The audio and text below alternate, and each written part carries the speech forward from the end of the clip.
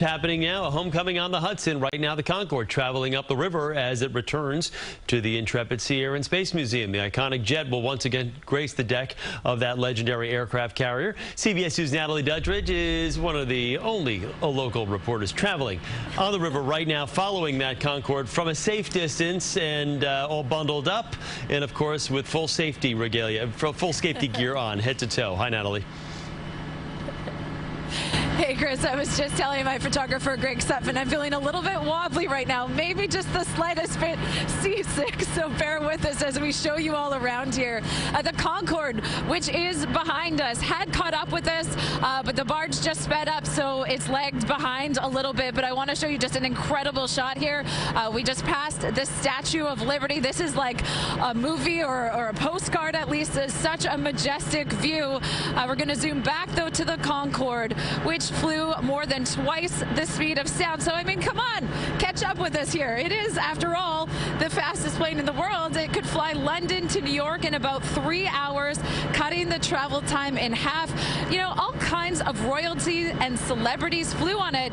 And I've got some questions about what that flight was like, because earlier this year, I got to fly with the Blue Angels, and we went faster than the speed of sound. And I can tell you, I was also quite nauseous then, so I just can't even imagine what it would have been like flying on that jet. So incredibly small windows it has, and that's it because it had to be built to go so fast. I also want to show you a little bit of the barge that we're standing on right now. This is incredible. I just learned some very fascinating information. This crane barge was actually responsible for lifting Sully's plane, the Miracle on the Hudson, out of the Hudson. This also lifted the USS Enterprise space shuttle onto the Intrepid. So this is a 500-ton fully rotating crane barge. That means that it can spin. So whatever it's lifting, in this case the Concorde, it's going to be able to move it into any direction needed. This bar right here, this is a steel structure. I'm learning a lot about this. It's a spreader bar.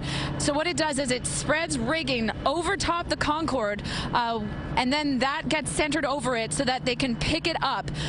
The Concorde weighs about 85 tons.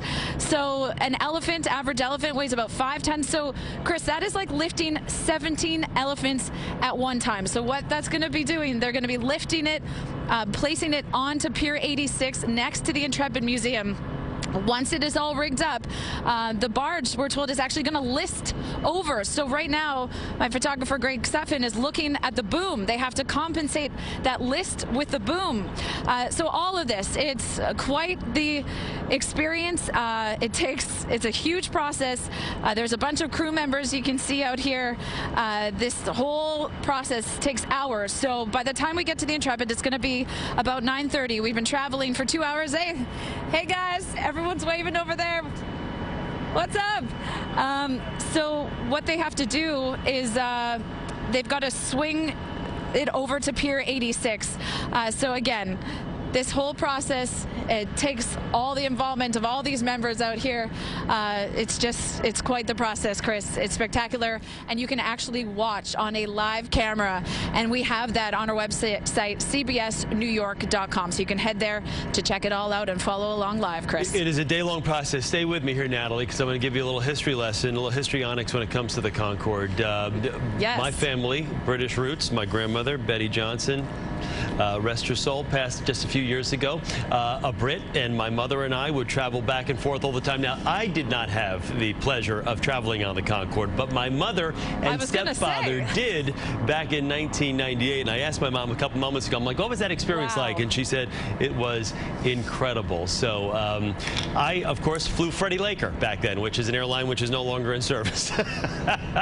But wow, Chris, so that took them about 3 hours. Yeah, well, you know what? My mom is not a very good flyer. She's watching right now, and she'll be the first to tell you she hates air travel, so the quicker the trip, the better, especially when going over there to see, we have dozens and dozens of relatives, but this thing has always been such a rich, such a fabric of the rich history of air travel between London and New York, and, of course, there was an Air France version as well, but it's so great to see it back in its rightful place on the west side, so when we pass by, we can see it there. But Natalie, great job, continued success down there as you continue continue to travel up the Hudson. We've got to interview your mom, Chris.